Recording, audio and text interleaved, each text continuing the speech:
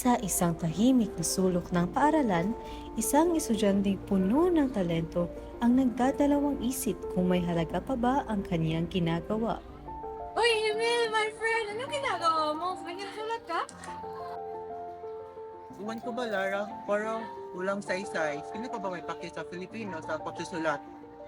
Kung walang halaga, ba't ka pa nagsusulat? Tanga?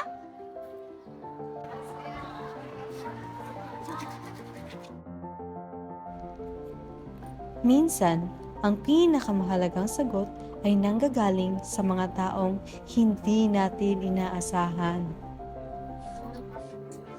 O mga bata, ba't alala rin yung isip? Tubo kasi si Emil. Iniisip ko kung may halaga ba talagang Pilipino. Alam mo na kayo na.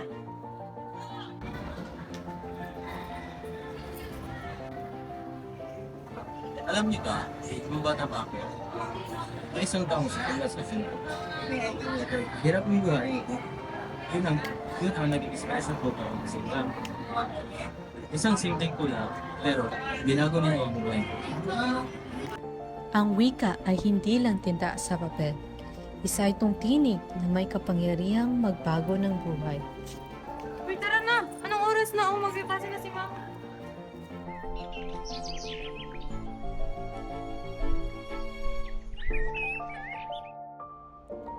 Sa bawat salitang ating sinusulat, may pusong nakikinig. Sa bawat kwentong ating ibinabahagi, may pangarap na nabubuo. Emil! Uy, may bago ka namang sinusulat? Oo, isang tula kung gaano kalaga ang ating wika at kung paano ito nagigindang sa pagbabago. Uy, patingin nga.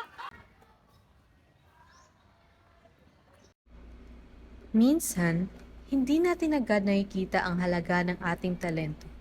Pero sa tamang panahon at sa tamang pagkakataon, malalaman natin na ang ating boses ay may kakayahang makapagpabago.